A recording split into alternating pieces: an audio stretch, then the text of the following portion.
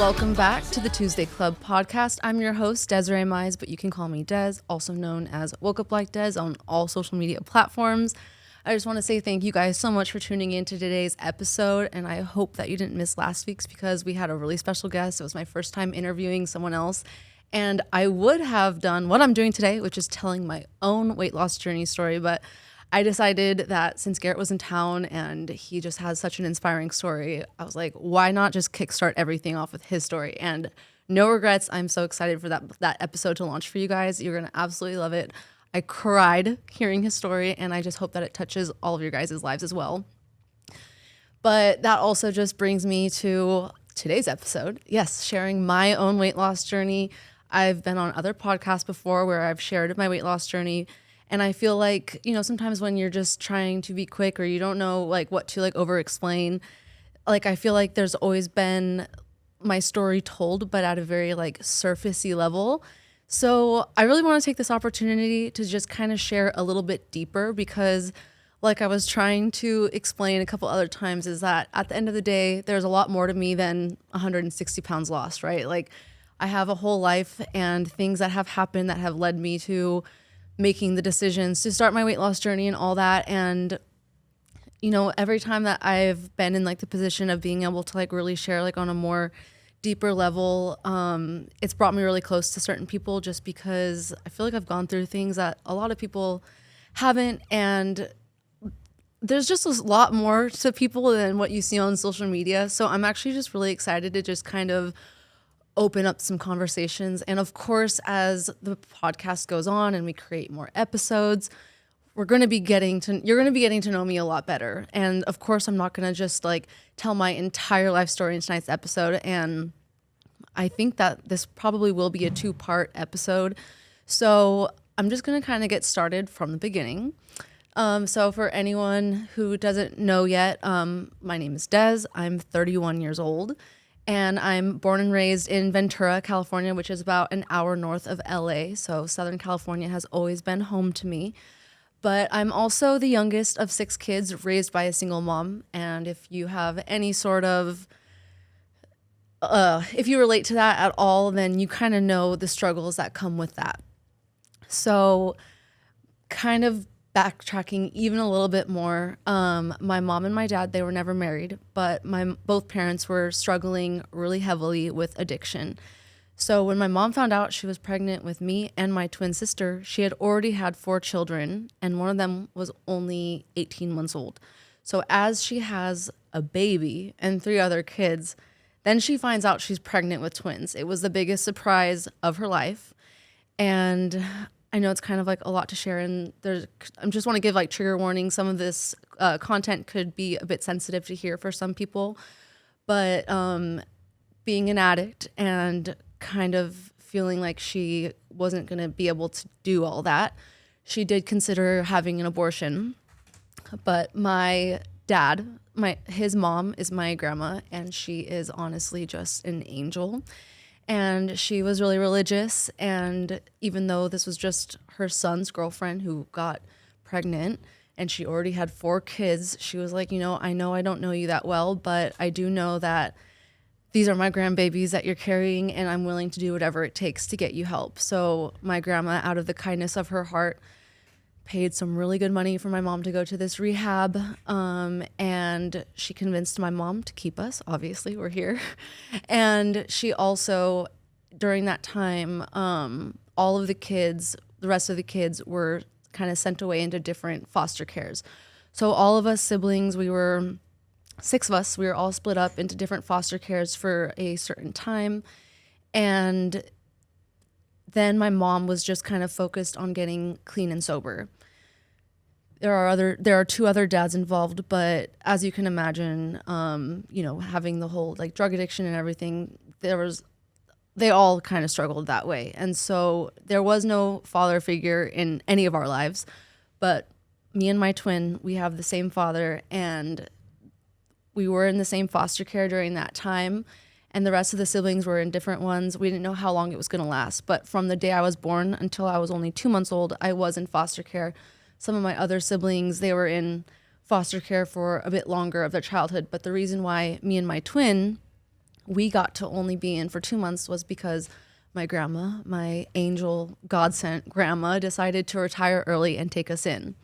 So I moved in with my grandma, who was my primary caretaker, and here she is just trying to change my entire family's trajectory by, helping get my mom help and also trying to get my dad to get help. And she did.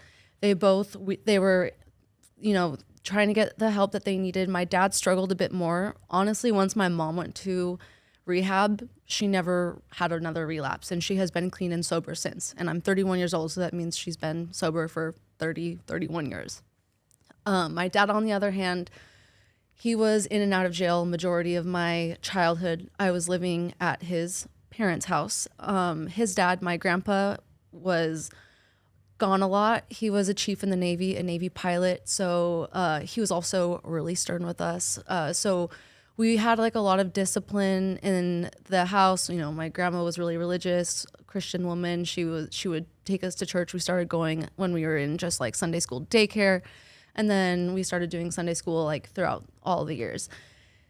Once my mom was able to kind of get things going a bit more, she got all of her kids back eventually. And the rest of the 4 siblings and her lived in a small condo in Ventura, while me and Destiny my twin, we were living with my grandparents just a couple towns over, and we would go visit every weekend. So it's not like we went forever without seeing our siblings. We still got to grow up together, and we always looked forward to going to my mom's house on the weekends because, well, when you have that many siblings, it's like having a sleepover. Like, honestly, we are all really tight-knit and we're really close. Yeah, we have different dads, and people are like, oh, like, you guys have different dads. Like, it's not really siblings. We've never viewed each other like that. My sister that I live with now, Heaven, she's only 18 months older than my twin and I.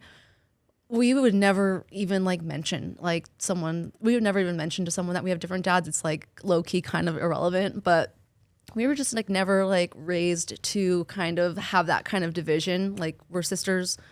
That's my brother. Like, we're all siblings. And it was a little tough, only being able to see them on the weekends. But, now that I'm older, I could see why it was a good idea for me to be at my grandparents' house. I mean, we were just so grounded, and it was a very, safe environment. And I'm really grateful to have been raised by someone like my grandma. I mean, if you ask me, she just, sets the bar for any woman. I look up to her more than anyone, on this planet. She raised me. I would not be the person I am today without her. And we're just really close. Anytime I'm in town, I have to stop by her house. I go and get the lemons off her tree. She has the biggest garden ever. She just loves gardening. And we always grew up just doing sweet outdoor things with her. And she's just the best. She's the sweetest soul, a Libra woman. And anyways, enough about that. Eventually, once I was coming on 8 years old, things really started to change for my mom.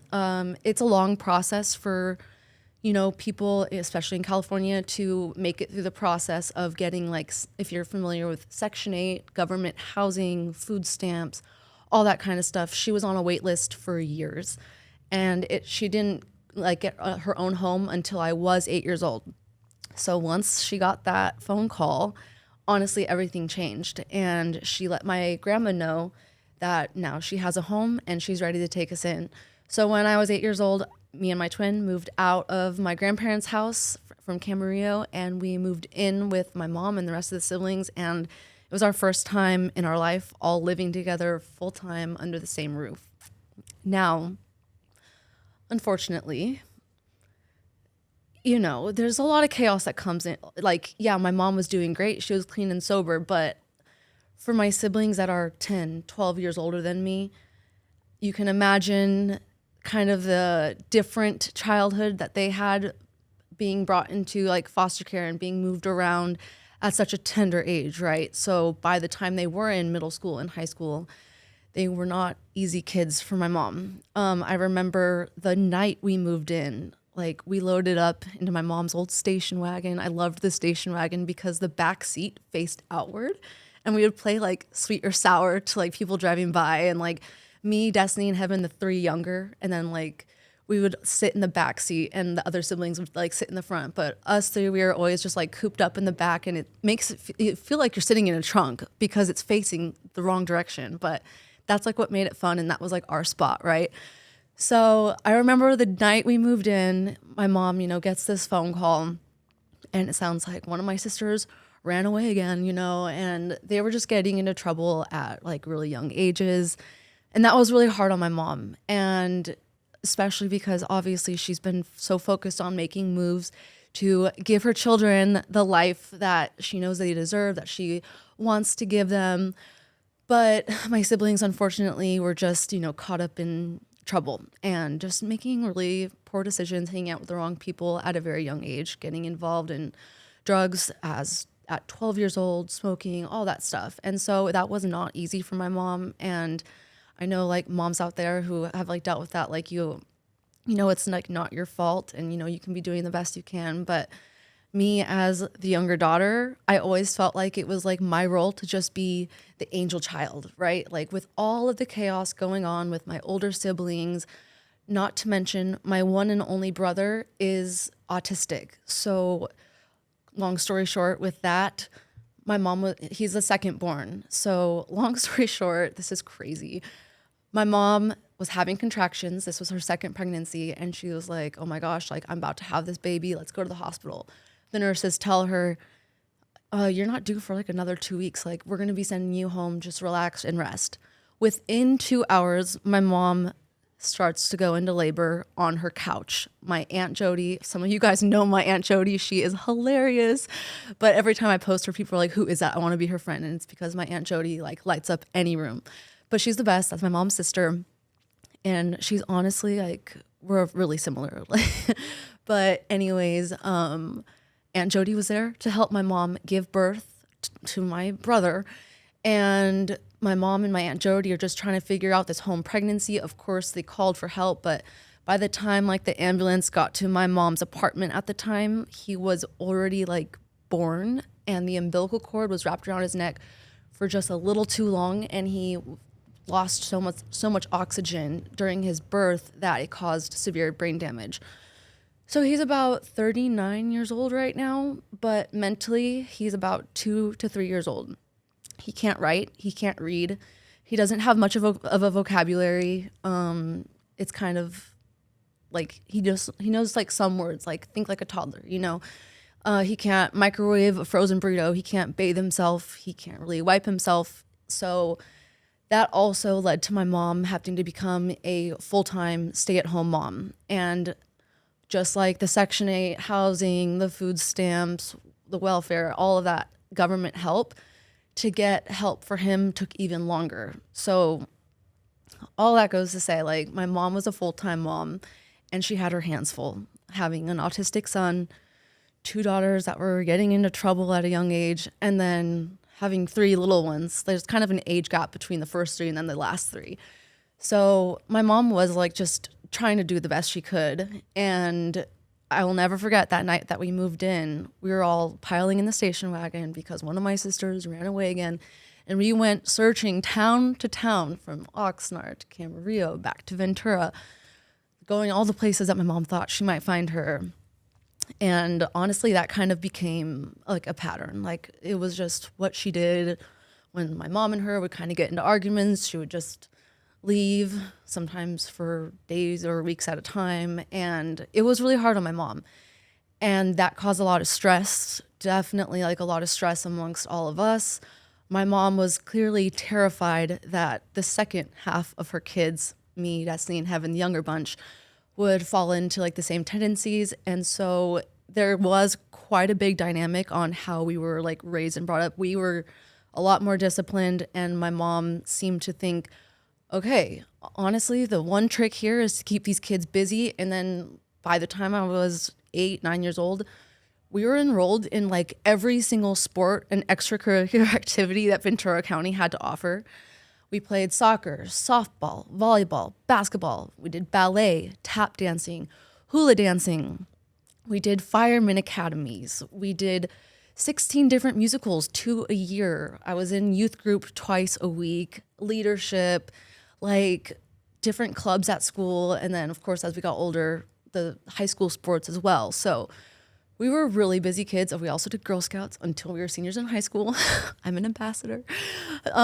Literally, she kept us really busy just for the sake of making sure that we stayed grounded and out of trouble. But also a big part of me, and growing up in that kind of like chaotic environment, I also was very aware at a very young age that there were a lot of decisions that my siblings and the people around me were making that I just knew I never wanted any part of. So it was almost like my role in the family has always been the peacemaker. I'm the sister that is besties with every single one. If you talk to any of my sisters, they will say I'm the one that's closest to them. I was my oldest sister's maid of honor. Any one of my other sisters will say, yeah, the day I get married, she's going to be my maid of honor. Like, I'm just always like the peacemaker, bring everyone together. And as far as like my mom and all of the stress that she obviously had to endure, like just raising 6 kids on her own, like it was like my job that as soon as I would get home from school, I would fold any laundry that I saw. I would always clean the dishes. For me, it was like if I could just take one thing off my mom's plate, then that's like me doing my part because she's got enough worries. So for me, I'm just going to do whatever I can to not add to that. And I don't know why, like that has always just been how I am, like with my family, my friends. Now that I'm older, it's also like that with my relationships. Give, and just try to be like a helping hand and like just please everyone. Like don't add to the stress, don't add to the chaos. As long as I don't have any problems going on with me, then I won't be a problem, right? Like, and so you'll kind of see how that ties into my weight loss journey later on. So that's why I'm kind of getting into that. But that's just kind of been like my childhood upbringing. Like just do what you're told, do more than what you're told. Don't be a problem. There's clearly enough chaos going on. You don't need to add to that. And obviously, naturally, if I ever have any sort of even feelings, I feel like I'm adding to chaos. And so it's like kind of made me like into this person where I'm like, if I am struggling, I'm going to keep it to myself. I'm going to be a silent sufferer because I don't want to like put anything on anyone else. I don't know. We're working on it. We're working on it. And it's gotten a lot better as I'm getting older. But that's just kind of my literal personality and like the heart behind it. I just never want to like be this added stress. And I feel like it's just because I've been around so much stress and chaos my whole life. It's just a lot. And so anyways, growing up, you know, started doing all the sports with my siblings. And also when I was 8 years old is when I was diagnosed with hypothyroid disease. Now, keep in mind, all of my siblings, they were all very normal weight. They looked very normal. But for me, I was always a bit more than double their size, even my twin sister. So I hit 90 pounds, 100 pounds when I was 5 years old that year. And then I only kept getting bigger and bigger every single year that I got older. And it didn't make sense because I told you I was in sports. I ate the same as my siblings. I was never just sitting at home being a little couch potato watching Disney Channel. I was a really busy kid and I was a really active kid. And I went to my very first boot camp at 5 years old.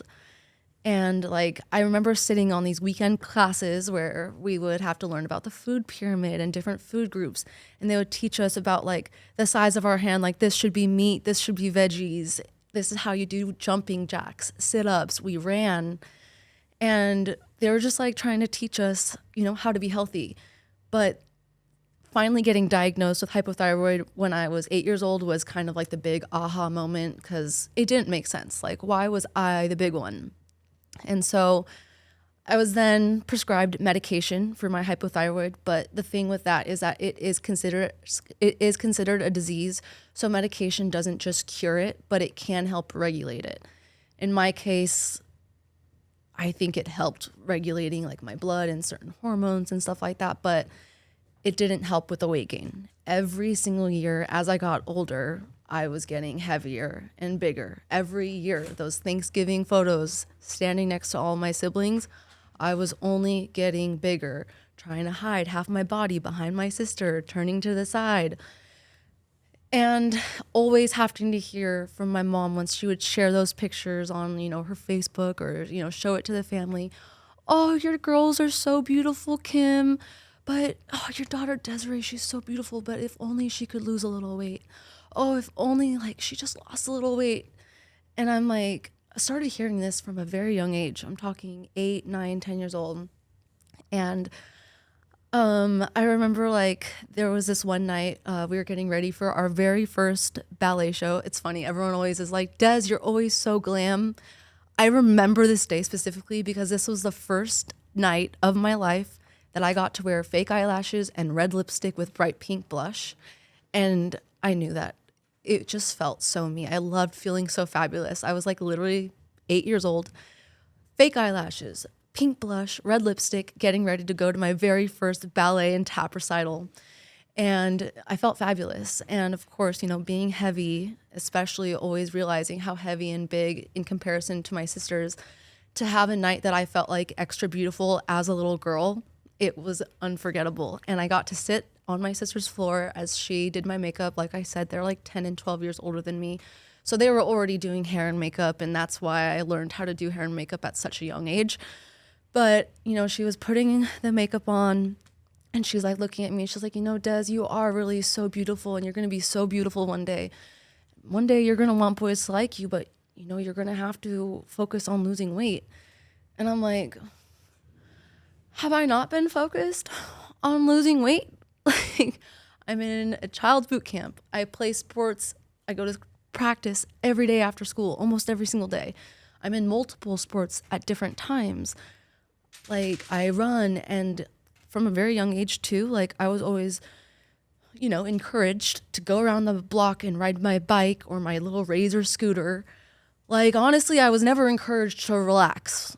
And that's also another thing that ties into my craziness and my constant need for having to be on the go and why my friends are like, Des, you need to slow down. I never had that. I was not raised around that. It's like a privilege, or I feel like I have to earn that time to relax. And it's like, I've never been where I need to be. So like, why would I take the time to relax when I got work to do? Like that has literally been what's been drilled into my head since I was a very little kid. And so it was frustrating and kind of sad to, the people that are even closest to you to say things like that when it's like, that I have a disease, like the weight and these hormones that the disease is affecting is so out of my control. And I'm trying, like I'm constantly trying. It's not like I gave up. And I know that you're true. Like I know it's true. Like, of course I'm going to want boys to like me one day. I watch enough movies and TV to know that I'm going to want my perfect love story one day.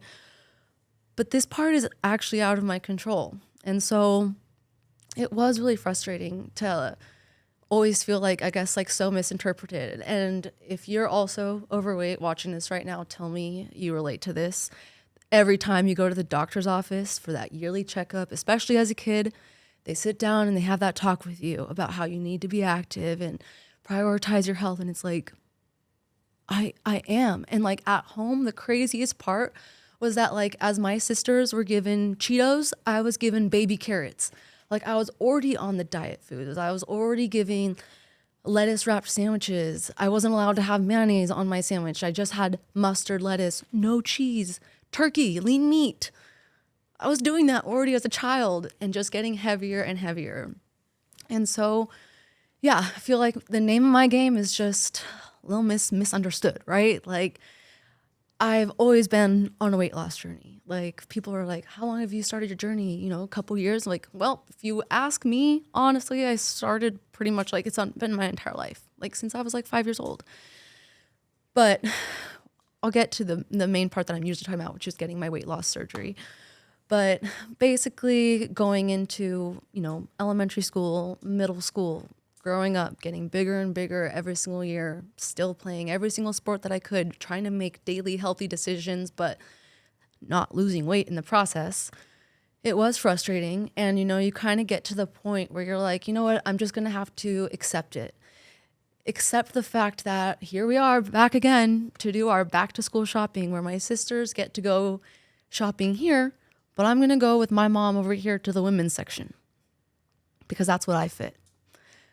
And so it was always really frustrating too, because every time we had like a special occasion, like, oh, we're going to go on our family trip to Disneyland, my mom always wanted to get us matching outfits, and she could hardly ever find something that would work because I would have to get like the bootleg version, right? Like something close, but not quite. Like Destiny and Heaven had their matching outfits, and then I had like the same colors but different pieces kind of vibe. And so it was just like copy and paste type. We'll try to Photoshop her into this whole idea, and we're trying, and it's like, bless my mom's heart. Like I know she tried, and she obviously is just like cute. She's like, I want my girls to match. Like I have all these beautiful little daughters. I want them to match.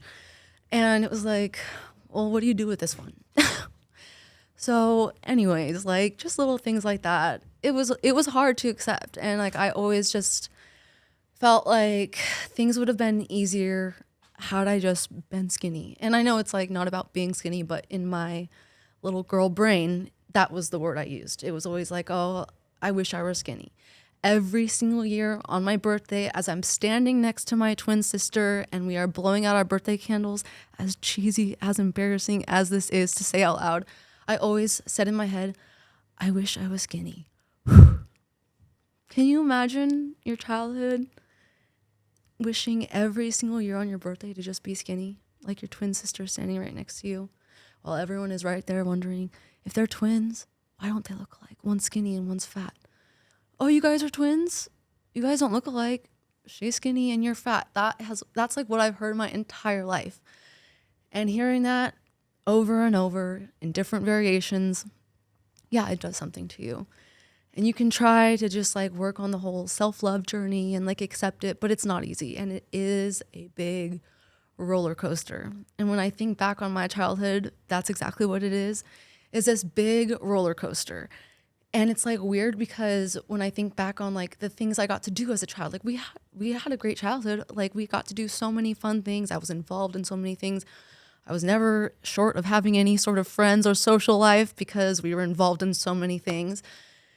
But it was like it's like sometimes hard to even remember that stuff because I just always remember my weight being an issue, like being scared to do certain things because of my weight and thinking, someone's calling, just thinking like, oh, I would have been able to do this, or I would have been able to fit that, or, oh, I wouldn't have been afraid to jump in the water next to my friends if I didn't think my splash was going to be 10 times bigger. Like, it's the weirdest thing. Like, I don't know, just growing up as an overweight kid and thinking that your weight actually has to do with every single aspect of your life. It's weird. And it's like, wow, I like actually mourn the time wasted thinking that my weight mattered when it didn't. And people will always still tell me to this day, like, it's not like we saw you as like the fat kid. It's not like I was bullied, thank God. Like, I can honestly say I was never bullied at school for it. I think a lot of that has to do with just like kind of how friendly and outgoing I am. I've always been like the class clown type. Like, I'll crack a joke. I would simply do anything to make people cry of laughter. I've been known to make friends pee their pants. Like, I've honestly done the craziest things just to get a kick out of people. But that's just like how I've always been. And once I kind of got into like high school, that's kind of when it like the struggle definitely got a bit realer because now my twin sister is starting to date. All of my siblings have boyfriends. And then there's me just getting bigger every single year. And that was like really hard. Like, I was already hitting like 250 pounds in high school. And it was not easy being the 250-pound water polo player, the 250-pound girl on the swim team. I was out there doing it. I was doing my best. I tried not to let my weight stop me from having a normal high school experience. I still had a ton of friends. Like I said, I was like really involved in like the church youth group. And as I got in high school, I attended youth group one of the nights. Like I think we had like youth group Tuesday nights, and then like the middle schools like met on Wednesday, and I was a middle school youth leader. So like I was always like very involved in things and very connected in the church. And those were like all the friends that I hung out with at school as well, on top of all my friends that I knew from like my sports teams that I was in. My twin was the senior class vice president. My best friend, Shade, was the president. We were really involved in the ASB. Like, we did everything. Like, we made the posters for the football games. And despite my weight, like, I still had a lot of friends, which I was so grateful for. Like, still got nominated for homecoming queen, prom queen. Like, I was like, what the heck? Like, no, like, it made me really embarrassed because, like, sometimes, like, having that kind of attention, like, I never wanted that kind of attention, just because, like, literally in my head, and my friends would get mad at me because I'd be like, sure, you guys can nominate me, but, like, the fat girl's not going to get homecoming queen. And they'd be like, Des, don't say that. Stop. You're so mean to yourself. And it's like, okay, well, it's true. It's not like I won. So was it true? Who knows? No, I'm not trying to be hard on myself, but that was just like the mentality that I had. And it does suck because, look, there was something so special happening. There were people who loved me enough to nominate me, and of all the nominations, like, get, like, that kind of recognition. It was cool, but it was embarrassing because, like, no one, come on, I'm the big girl. Like, I'm the fun, bubbly big girl. Like, I'm friends with everyone. I'm not the homecoming queen. I'm not the prom queen. Like, it was just like little things like that. And, like, both my sisters were cheerleaders, and, like, of course they were close with all the girls on the cheerleading team, and they would all talk me into it. Des, try out for cheerleading. Come on, do it. I was like, no, I'm not going to be the big cheerleader. I'm not going to wear a skirt and try to kick up my leg and let everything jiggle in front of everyone, in front of the boys, the football players. Absolutely not. I would actually die. Like, I did kind of start to allow my weight to stop me from making decisions that, could have been really good for me and, like, actually really fun and things I would have enjoyed. Would I have made an amazing cheerleader? Yes. I love that kind of stuff. I am everybody's biggest cheerleader. That's, like, who I am. I would have been a great football cheerleader, but I was just too embarrassed to put myself in a position like that. Swim team and water polo and being in track and field, that was enough. But, like, being right there on the bleachers where people are, like, watching you, that was just, I couldn't bring myself to do it. But anyways, going kind of back to, like, the dynamic, we're involved in sports, we're involved in youth group. Life was, like, as good as it could be, considering what we were, like, brought up in. Like, my mom definitely did a good job with keeping us busy. Like, it's not like I was the high schooler that was going to parties. I mean, I never even touched alcohol until my 21st birthday. Like, I was a good kid. I was just, like, busy and living life, But of course, I had that struggle and that, like, kind of starting to build up that self-hate and, like, negativity and, like, lack of confidence starting in high school. Now, the summer between junior and senior year is when I'd say that my life kind of changed, like, forever. Even though my dad was in and out of jail, and struggling with his drug addiction, even though, like, him and my mom, it's not like they were cool or they ever got back together. They got pregnant. They both went to go work on themselves, and that was it. My dad was in and out of jail forever and just off and on. And from the time I was a little girl throughout, my high school years, I was the pen pal. I always wrote to him. He loved it when I would draw pictures for him. He was an artist. And I'm also really into arts and crafts, and I love being creative. But my entire life changed, and another trigger warning, sensitive topic for a lot of people. I remember my oldest sister, Jen. She had 3 kids by this point, and she was in the middle of recovering from a mommy makeover. She got, like, a 360 body lift, and she wanted to get her loose skin removed after getting pregnant 3 times. And then she also lost some weight. And I was 17 on summer between junior and senior year of high school. And she was like, hey, like, you've had some experience in the medical field and it doesn't gross you out. Like, do you want to help me recover during my tummy tuck? And I had, like, gone on 3 different missions trips, like, out of the country and just all over, like, through church and stuff. And I got to do, like, different things in the medical field. And at a very, like, young age, I fell in love with medical field. I wanted to be a nurse. Fun fact, I have an ultrasound degree.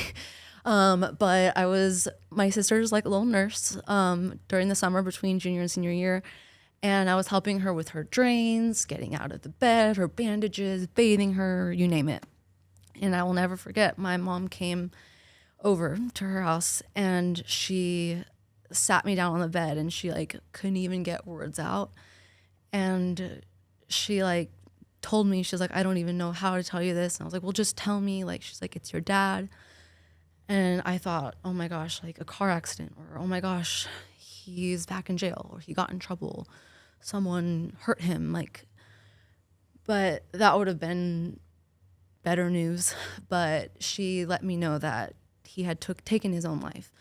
And so it was like really sad and shocking that I just like, I still think about it and like the level of shock that I was in.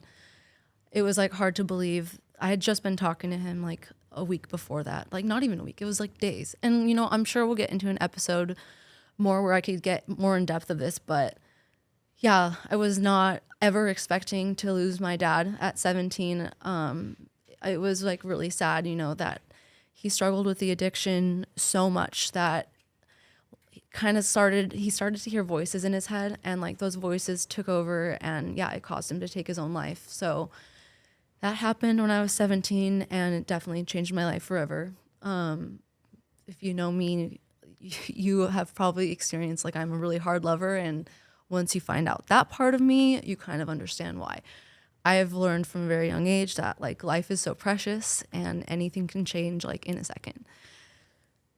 Sorry, it's like not so easy to talk about, but it like makes me who I am, so it's worth sharing. But he was also like the one and only person in my family who could ever relate to being heavy. And he was always overweight. I should have mentioned that. Sorry, I left that out. But he didn't have hypothyroid, but his sister, my aunt, and his mom, my grandma, they all have it. So I definitely got the hypothyroid from his side of the family. And he also just struggled with weight his entire life. And like I mentioned earlier, like when he was in and out of jail and I was always his little pen pal and we would write letters back and forth, he was like so sweet. Like my mom, honestly, I feel like sometimes she didn't like, not trying to throw shade on my mom at all, but like, you know, she would be like, well, that's why you're heavy. No, you don't eat that or else you're going to get heavy. Oh, Des, don't put that on your sandwich. You need to cut back.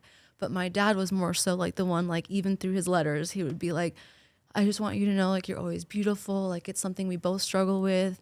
And as long as you're trying, that's enough. And like, I don't know, that always just like brought me like so much like safety, like through that. And I always felt like I had like a little partner, like in him, like he, of all people, like he got me, and we were just very similar, like very similar personalities. All like everyone in my family is always like, oh my gosh, you're just like your dad. So like between all of our like creativity and our like fun loving personality, it was like a really tough loss, and definitely a whole part of me, you know, left with him, which is like really sad. But then I had to just kind of, you know, figure out senior year and see like what that was like gonna look like. Like it was just like hard. Like my one person who I always kind of like confided in and like talked about, like I kind of mentioned earlier, like my mom had all these kids. Like we had such a crazy, chaotic family. My mom always says our family puts the fun in dysfunctional. That's like literally our family motto. And so I never wanted to like bring any problems or like, I don't know. I just also never was the type to be like, let me sit down with my mom and tell her about what happened at school today. Like there was so much going on. When would she have ever had the time for that? But I had a cell phone, you know, once I was like in middle school, and me and my dad texted every day. And when he was in jail, we wrote letters every day. I mean, we got multiple letters sent back and forth like throughout the week. And so he was just like my person, and I talked to him about everything. And then I wouldn't say that like I went into like some depression and like because of my dad's death, I like gained like more weight, but it was the year after I graduated high school that it seemed like I started putting on weight even faster. Like it wasn't just like, oh, this year went by and I'm another 10 pounds up. It was like an extra 40 or 50. And that it kind of started causing everyone to just like ask my mom, like, hey, what's going on? Like, Des is getting like really big, like she's blowing up. And of course, like having just graduated high school and, friends are wanting to go out, my social life like quickly kind of became like non-existent, because now officially at this point in my life, I think I was like actually allowing my weight to affect my day-to-day social life. I didn't want to be seen by people, because it just seemed like every time that happened, it would just lead to the, oh, what's going on with Des? She's like blowing up. And who wants to just put themselves in that position? And so I just started to stay really busy. I mean, like I was going to school full time, but I was also working like 3 to 5 part-time jobs. Like I just stayed insanely busy. I never wanted to be home. I didn't want to have any free time. I didn't want time to just have to myself. Like I had to stay busy. I needed to keep my mind off things. And I was just like mentally kind of going like in a like deeper, like lower place, because as my weight was just kept on growing, like I felt so out of control.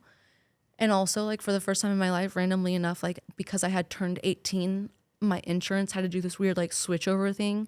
And for the first time in my life, I was off my thyroid medication for like 6 months. And that also contributed to like a lot of weight gain, just not even having the medication to help regulate it. And so that was like when like thoughts of like, this is just so out of my control, like what can I do, kind of started creeping in. And I was just like, you know what, just you're gonna have to accept it. Like accept the fact that you're the big girl, you're the big sister, you're always gonna be the biggest one in the room, and you just got to own it. And so I went through like this whole weird phase, like of like my early 20s, like, you know, being in college and stuff, working my life away in between, of just like accept yourself, love yourself, but also like I was so bubbly and like energetic, but like on the inside, I can definitely say that like I was living in some serious like deep self-hate. And it is really sad for me to like share that aspect out loud, because if you look at any of my videos of me during that time, I mean, I'm cracking up. I look like I'm life of the party, and everyone always said I was the life of the party. I literally have a video of my girlfriend being like, Des, the life of the party. And I'm like, well, like that was literally my personality. But like on the inside, I absolutely hated what I looked like. And I always had like the mindset of like, wow, this would happen if only I were skinny. I would have gotten this if only I were skinny. This would have worked out for me if only I were skinny. And slowly but surely, I just felt like everything in life was like so close, but not quite, because of my weight. And so eventually, I was at Disneyland with my entire family. We got all the siblings there.